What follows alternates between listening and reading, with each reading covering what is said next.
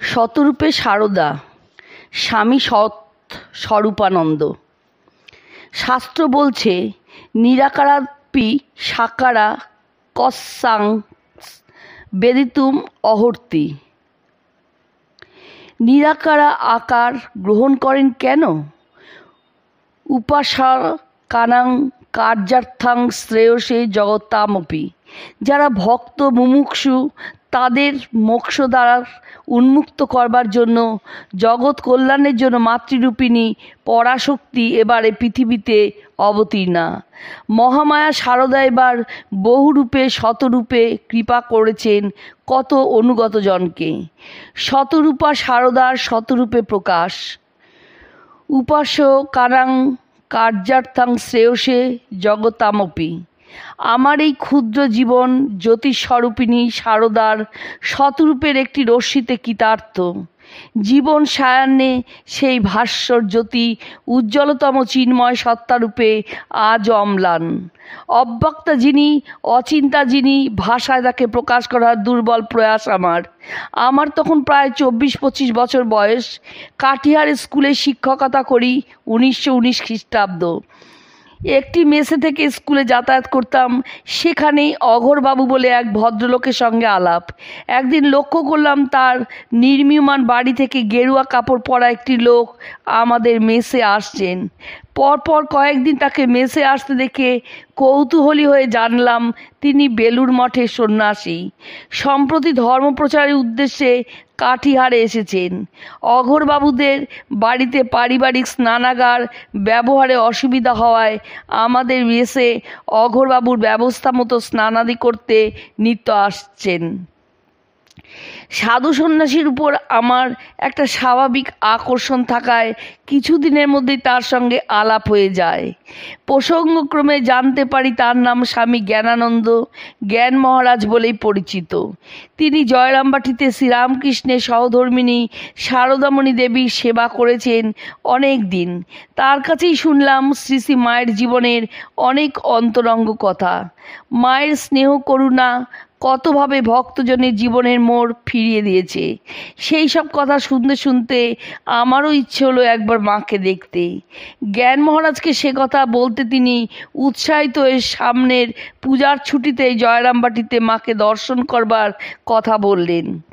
জ্ঞান মহারাজ নিজে সঙ্গে করে আমাকে নিয়ে এসেছিলেন জয়রামবাটিতে 1919 খ্রিস্টাব্দের পূজার ছুটির সময়।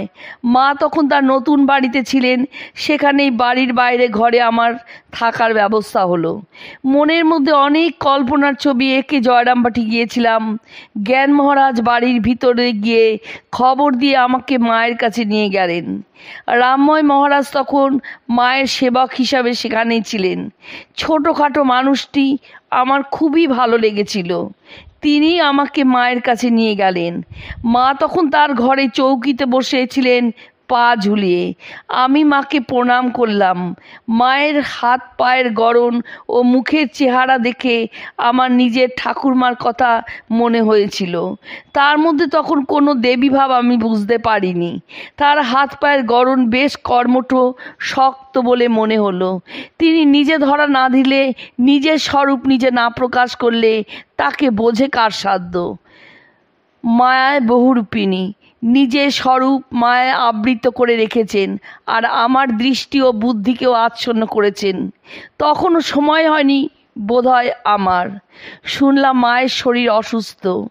জ্ঞান মহারাজের ইচ্ছা ছিল সেই বাড়ি মায়ের কাছ থেকে আমি দীক্ষা নিই, কিন্তু মা বললেন, বাবা এখন শরীরটা ঠিক নেই, পরে হবে। আমারও মন হয়তো দীক্ষার জন্য ঠিক তৈরি হয়নি। তাই ছলনাময়ী মা অসুস্থতার ছল করে আমাকে তখন গ্রহণ করলেন না। সেবার কয়েকদিন ছিলাম।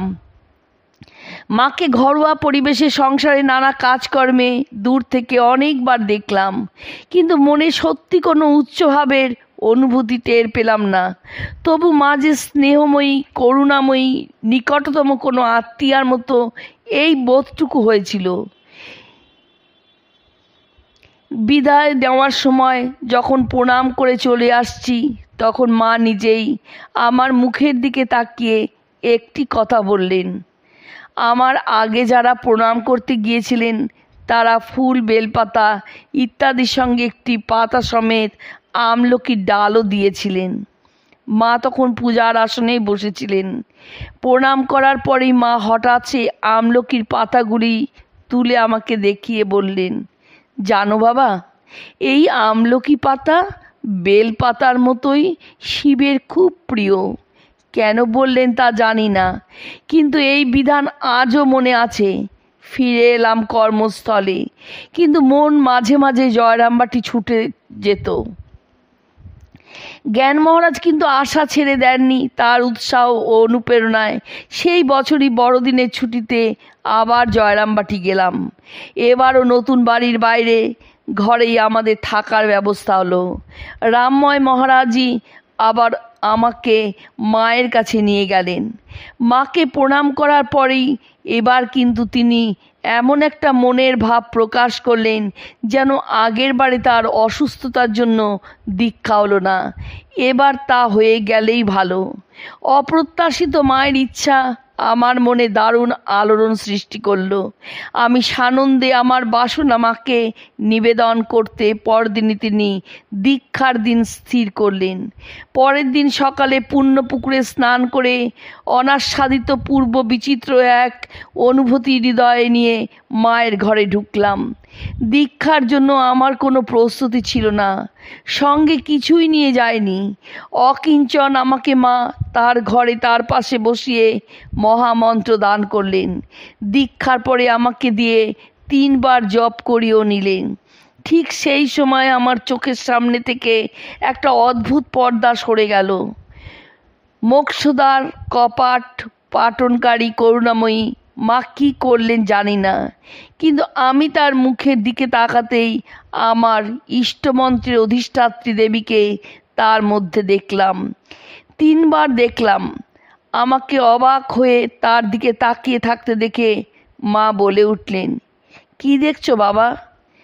যা দেখছো ঠিকই দেখছো। কৃপা সুমুখী মা আমার চোখের আবরণ সরিয়ে দিয়ে নিজের স্বরূপটি মেলে ধরলেন। অনন্ত রূপা সারদার বরাভয়া মূর্তি আমার সামনে প্রকাশিত হলো। সর্বাঙ্গ শিহরিত, বিস্ময়ে আনন্দে স্তব্ধ। আমাকে মা বললেন, বাবা দক্ষিণা দাও। আমার সঙ্গে তো কিছুই ছিল না। তখন মাই দেখিয়ে দিলেন ঘরের কোণে কয়েকটি ফল রয়েছে, তার থেকে একটি তুলে এনে তাকে দিতে বললেন। যন্ত্রচালিবৎ সেই ফল তাকে নিবেদন করলাম। এ জীবন কৃতার্থ হলো, এই মনুষ্য জন্ম সার্থক হলো। প্রণাম করে বেরিয়ে এসে অবাক হয়ে ভাবতে লাগলাম, এ কি হলো? সেদিন দুপুরে সব ভক্তদের সঙ্গে মায়ের ঘরের বারান্দায় প্রসাদ পেতে বসেছি। আমি নবাগত, একটু লাজুক স্বভাবের, তাই পংক্তির একেবারেই শেষেই বসেছি। পরিবেশন শুরু হতেই দেখলাম মা এসে তার ঘরের দরজায় দাঁড়ালেন।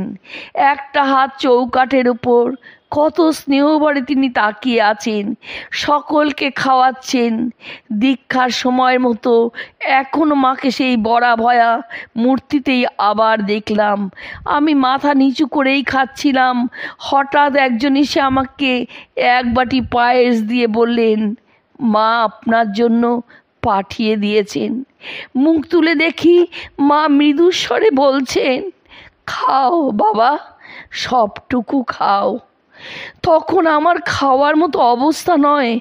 মায়ের ওই অপার্থিব স্নেহ, অযাচিত করুণায় আমার চোখ ঠেলে জল আসছিল।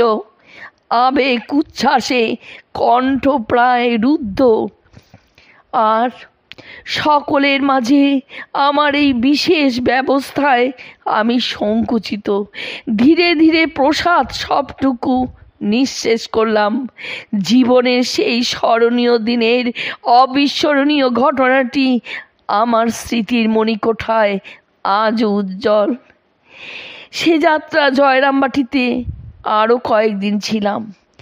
মায়ের গৃহস্থ ভক্ত বিভূতিবাবু ও সেবক রামময় মহারাজের কাছে জপ ধ্যান সংক্রান্ত সব কিছুই জেনে নিয়েছিলাম। সেই জন্য মায়ের কাছে আর ওসব বিষয় কিছু জানা হয়নি। শুধু যে কদিন ছিলাম দুবেলায় মাকে কখনো তার ঘরে, কখনো বারান্দায় প্রণাম করতে যেতাম। জয়রামবাটি থাকাকালীন মাকে খুব সহজ, স্বচ্ছন্দ ও স্বাভাবিকভাবেই দেখি তার মানবী ভাবটাই করুণা মিশ্রিত তার জননী ভাবী জয়রামবাটিতে প্রকট ছিল। তার নিজের পরিবেশ পরিজনই বোধহয় এর কারণ। চলে আসার দিন তাকে প্রণাম করতেই তিনি মাথায় হাত দিয়ে মৃদুস্বরে আশীর্বাদ করে বলেছিলেন, ভালো থাকো বাবা। সেই স্বর এখনো কানে বাজে। 1920 খ্রিস্টাব্দের প্রথম থেকেই মায়ের শরীর ক্রমশ ভেঙে পড়ে। মার্চ মাসে মাকে উদ্বোধনের চিকিৎসার জন্য আনা হয়। সেই সময় আমি কলকাতা থেকে জ্ঞান মহারাজের লেখা একটি চিঠি পাই। তাতে জানতে পারি মায়ের শরীর খুব অসুস্থ। দর্শন করতে হলে আর দেরি না করাই ভালো। এই চিঠি পাওয়ার পরই জুলাই মাসের প্রথম দিকে আমি কলকাতায় শ্যামবাজারের একটি বাড়িতে এসে উঠি এবং যথাসময়ে উদ্বোধনে মাকে দর্শন করতে যাই। তখন মায়ের শরীর খুবই অসুস্থ, শয্যাশায়ী। তাকে শুধু দর্শন ও প্রণাম মাত্রই হয়। উদ্বোধনে মা যেন অন্যভাবে থাকতেন। তাকে দর্শন করতে সময় ধরে ভক্ত শ্রেণীর সঙ্গে যেতে হতো। এখানে যেন মায়ের জয়রামবাটি সেই সহজ স্বচ্ছন্দ রূপটি দেবীত্বের আবরণে প্রচ্ছন্ন থাকত। এবারে তার সঙ্গে কোনো কথা বলেছি বলে মনে পড়ে না। মাকে আমার শেষ দর্শন তার স্থূল শরীর পরিত্যাগের পরেই। দেহত্যাগের খবর পেয়েই পরদিন সকালে ছুটে যাই মায়ের চরণে শেষ প্রণাম জানাতে। সেদিন সারাদিন একেবারে পবিত্র হোমাগ্নিতে বেলুর মঠে দিব্য শরীরের আহুতি পর্যন্ত কাছাকাছি ছিলাম। আমি একটু শুষ্ক মনের মানুষ। ব্রহ্মশক্তি জগন্মাতৃরূপে এই শরীরকে অবলম্বন করে লীলা করছেন সাধু ভক্তদের মুখে শুনেছিলাম, বিশ্বাসও করেছিলাম, কিন্তু নিজের অনুভূতি তখনও তেমন কিছু হয়নি। শুধু মায়ের স্নেহ আর কি যেন এক অপার্থিবভাবে পরিপূর্ণ মায়ের মুখখানি আমার মনে গভীর রেখাপাত করেছিল। এই মুখ সচরাচর দেখা যায় না, এইটুকু মনে হতো। মায়ের জীবনীতে আছে কাশিতে এক মেয়ে ভক্ত মায়ের সামনেই গোলাপ মাকে মা মনে করায় তার কাছ থেকে ধমক খেয়ে সম্মুখে উপবিষ্টা মাকে দেখিয়ে বলতে শুনেছিল, দেখছো না এমন মুখ কি মানুষের হয়? আমারও যতবারই মায়ের মুখখানি দেখবার অবকাশ হয়েছিল শুধু মনে হয়েছিল এ মুখ কি মানুষের হয়? মানুষের শরীরে মানুষের চালচলন নিয়ে যিনি আবির্ভূতা, তার ভিতর অমানুষী অপার্থিব ভাব দু একবার ছাড়া বিশেষ কিছু বুঝতে না পারলেও তার মুখের সেই স্নিগ্ধ গাম্ভীর্য যে তার অন্তঃসত্ত্বায় বহিঃপ্রকাশ, এটুকু বুঝতাম। আজ জীবনের অন্তলগ্নে জীবনতরণী ভেসে চলেছে শ্রীরামকৃষ্ণ পারাবারের অভিমুখী। এই নৌকার হাল ধরে বসে আছেন যিনি, তার মাথার ঘুমটা মাঝে মাঝে সরে গেলে আজও দেখতে পাই সেই মুখখানি, আর সেই ভরসায় নিশ্চিন্তে পড়ে আছি তারই মুখ চেয়ে।